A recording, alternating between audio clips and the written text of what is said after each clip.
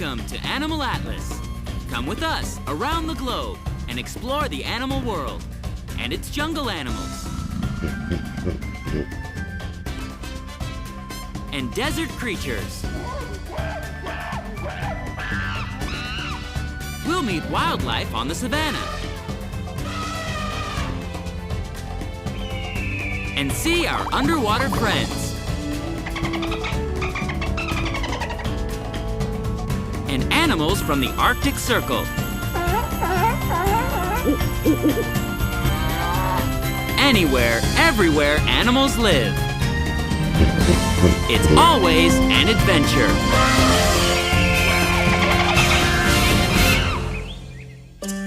Today on Animal Atlas, we're spreading our wings, taking to the air, and alighting from right out of the sky, with some amazing winged animals who seem to have taken their colors straight from the crest of a rainbow.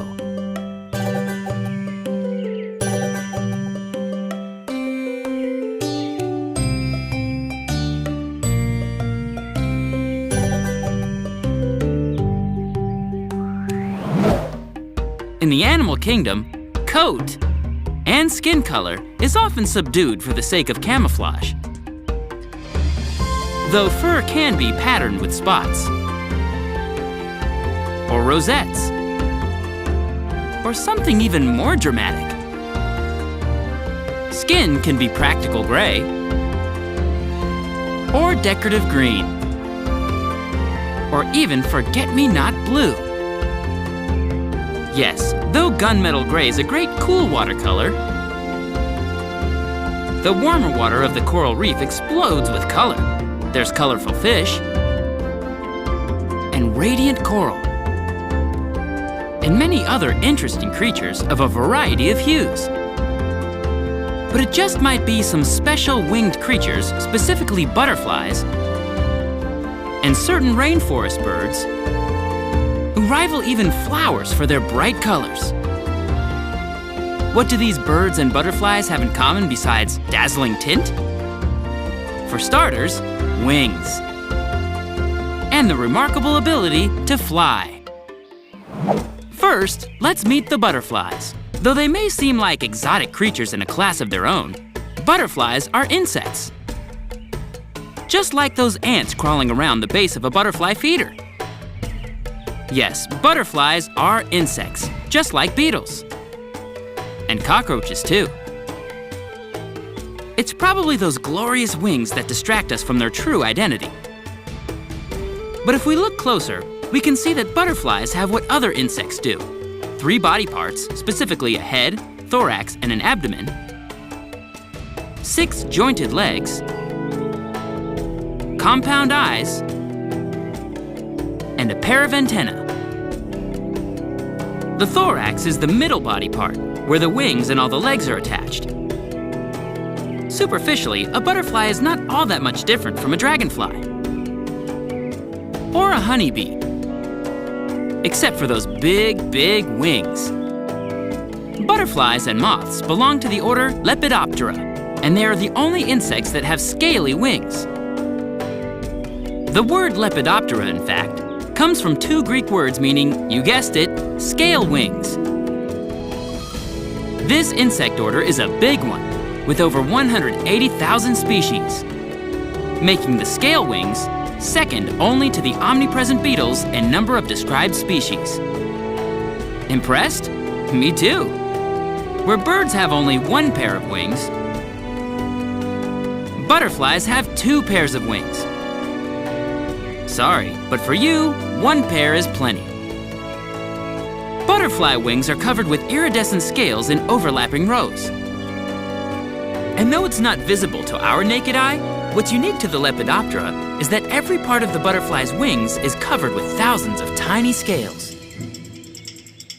The most noticeable scales, of course, are those covering the upper and under surfaces of the wings, since these give the butterfly its color and pattern.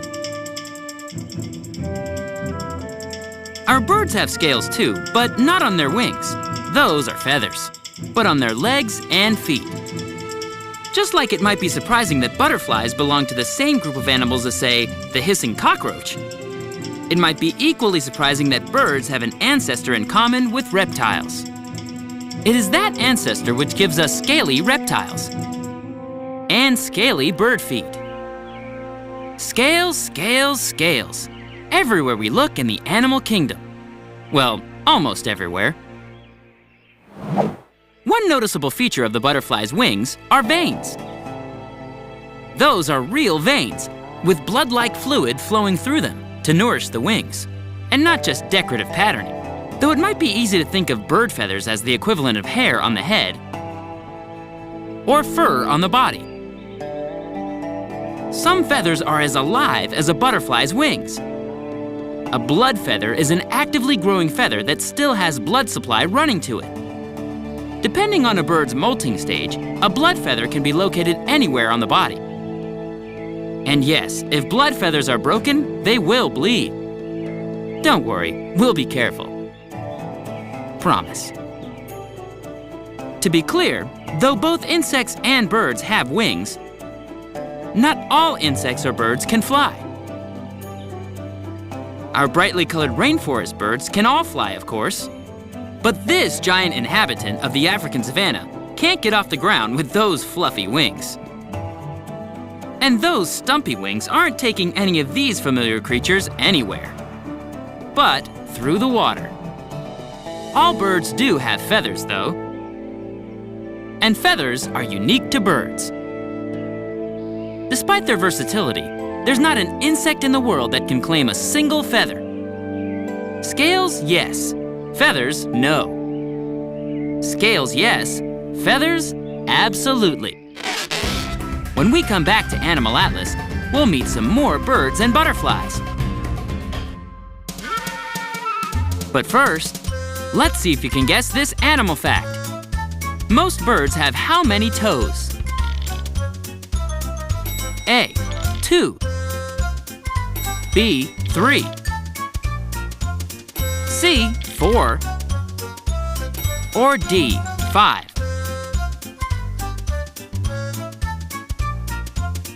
The answer coming up when we return to Animal Atlas. We're back. Did you guess the right answer to our question? Most birds have how many toes? The answer is C, 4. Most birds you can think of, with the exception of our truly exceptional big two-toed ostrich, have 4 toes, often with 3 facing front and 1 facing back.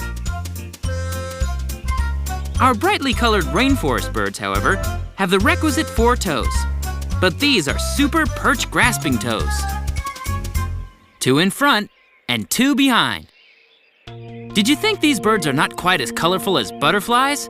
Just ask them to turn around. This is a blue and gold macaw. This is a scarlet macaw. And this is a Catalina macaw. Macaws are a member of the parrot family and are some of the largest parrots in the world. Macaws mainly live in the rainforests of Central and South America, while other colorful parrots, like these green-naped lorikeets, with both the red heads or blue crowns, or like the Goldie's lorikeet, hail from Australia and the South Pacific.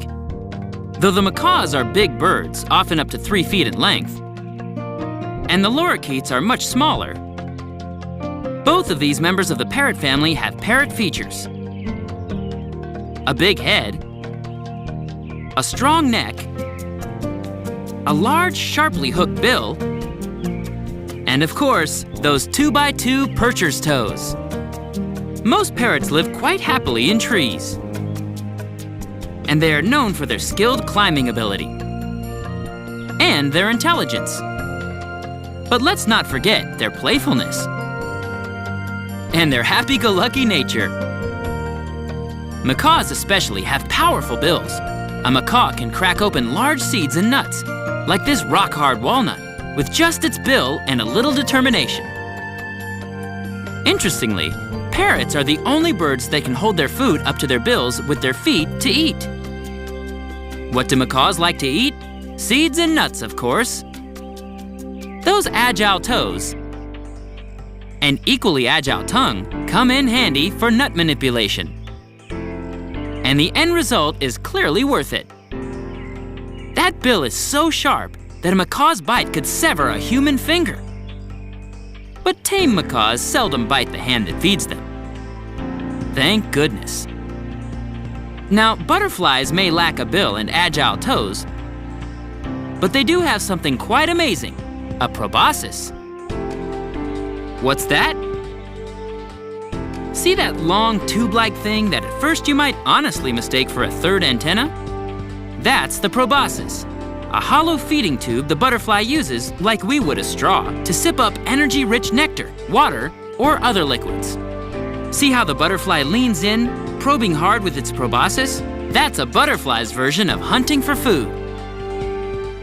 When the butterfly is ready to go to the next flower or feeder, it just rolls up its proboscis into what looks like a tightly coiled hose under its chin and heads to the next flower. Unroll the proboscis, drill for nectar. Then flit off and do it all again. A rainforest inhabitant's work is never done, is it? What do our birds have in common with our butterflies? More than wings and radiant coloring. Both butterflies and birds are found all over the world and in all types of environments, from the hot to cold, from the mountainous to down by the seashore. You won't find any butterflies in the freezing Arctic world of the polar bear, but then you won't find many birds either, at least in the winter. The majority of butterfly species, however, like most of the ones we've seen today, are found in tropical areas, especially tropical rainforests, where we find most of the 370-plus species of the parrot family. See? Winged neighbors in the tropical rainforest. Down in the South American rainforest, neighbors of the macaw and various species of butterflies would include monkeys, like the little squirrel monkey, big snakes, and big hairy spiders, giant rodents, and giant anteaters. Yes, in terms of wildlife, the tropical rainforest is the place to be. Just ask the macaw. Or the butterfly, when it's not busy sipping with its amazing proboscis. Moths, who are co-members with butterflies of Lepidoptera, also have a proboscis. But what the heck is the difference between a butterfly and a moth anyway? Take a look at all these scale wings. Some are butterflies and some are moths. But there's not one single feature that separates all butterflies from all moths. In general, though, most butterflies fly by day, while most moths fly by night. Many butterflies are brightly colored, while many moths are dull colored. Most butterflies hold their wings upright over their backs, like this, while most moths rest with their wings flat. Most moths have a fat abdomen, while most butterflies are more slender and svelte. Not as easy as you think, is it? Not as easy as, how do you tell an eagle from a parrot? Simple, it's in the toes. Well, among other things. When we come back to Animal Atlas, we'll crack more bird and butterfly mysteries, like walnuts. But first, let's see if you can guess this next animal fact. Which animal has the longest lifespan? A. Parrots. B. Butterflies. C. Ostriches. Or D. Fruit bats. Don't go away. The answer coming up right after this on Animal Atlas. We're back. Did you guess the right answer to our question? Which animal has the longest lifespan? The answer is A. Parrots. Parrots, like our macaw here, are long-lived birds with a lifespan equivalent to our human lifespan. This bird can happily expect to live 80 years or more. And many pet parrots actually outlive their owners. Yep, that's a fact. What about the butterfly? A butterfly's lifespan is very short. Most of the butterflies that you see here live less than 1 year. But a butterfly's life is not as short and simple as you might think. Our parrots entered this world as eggs. And in a way, so did butterflies. Though butterflies themselves don't come from eggs. Confusing? You've heard the old saying that cats have 9 lives? Well, that's just a clever comment on a cat's ability to survive. What about a butterfly having 4 lives? Well, that one's true. These butterflies are in their 4th and last stage of life. What comes first? The egg, of course. Butterflies usually lay tiny eggs on leafy bushes and trees, not much different than these. When the egg hatches, though, it's not a butterfly that emerges, but a larva that has the basic shape and appearance of, say, a worm or a maggot. This is often called a caterpillar. After the caterpillar eats and grows to several times its size, it pupates, meaning it attaches itself to a leaf or tree and becomes one of these, a pupa. Here at the Butterfly Palace in Branson, Missouri, pupas arrive by the boxload, carefully wrapped in cotton, labeled and numbered. Inside those cocoons, one of the great miracles of nature is occurring. Worm-like, ground-dwelling caterpillars are metamorphosing into winged butterflies. I'm not kidding. Those pupas are alive. Some may look vaguely like leaves, or bark, or even chilies, or green beans, or potatoes and Brussels sprouts. But this is simply camouflage for safe pupating in the vegetation of the rainforest. What about these golden ones? Yes, there are butterflies metamorphosing in there too.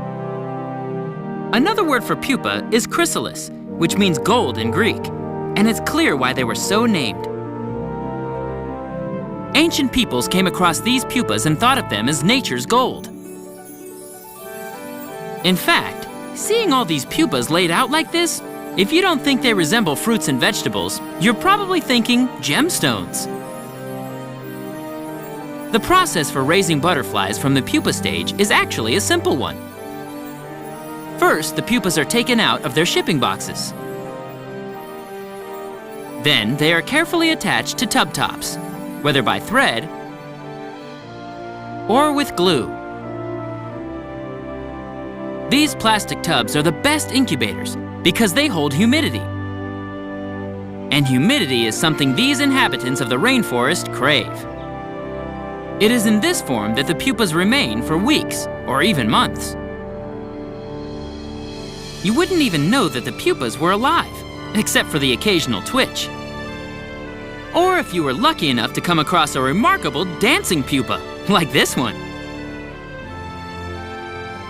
Finally, what emerges from the pupa casing is nothing short of remarkable. Butterflies or moths. Of all description. Interestingly, the color of the pupa has no bearing on what the butterfly will look like. Here's the former inhabitant of the golden chrysalis. The paper kite butterfly, a big black and white butterfly from Southeast Asia. From pure gold to dazzling black and white. When butterflies first emerge from the pupa skin, their wings have been folded up and are wet and pliable, so they spend several hours doing this, letting their wings dry so they are stiff enough for flight. And then it's time to be a butterfly and to fly. Fly away. And of course, to unfurl that long proboscis and sample the nectar. So a butterfly may live a short life as a butterfly, but it has lived 3 lives prior to this one. Not even our long-lived parrots can claim that. There's certainly more to butterflies than beautiful wings. Just as there's more to colorful parrots than just a pretty face.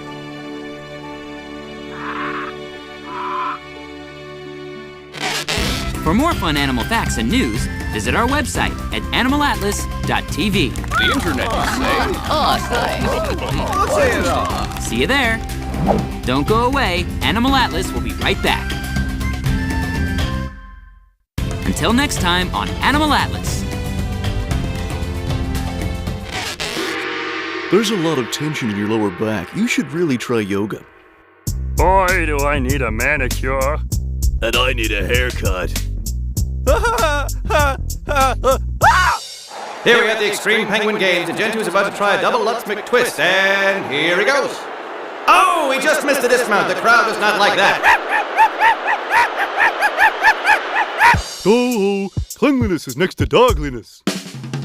Should we shave our mustaches? No, we're good. The runner, for some reason, is caught up. He's got a towel over his head. Oh, he's free, and he's safe. I just flew in from Detroit. Boy, are my wings tired. Tip your waitress.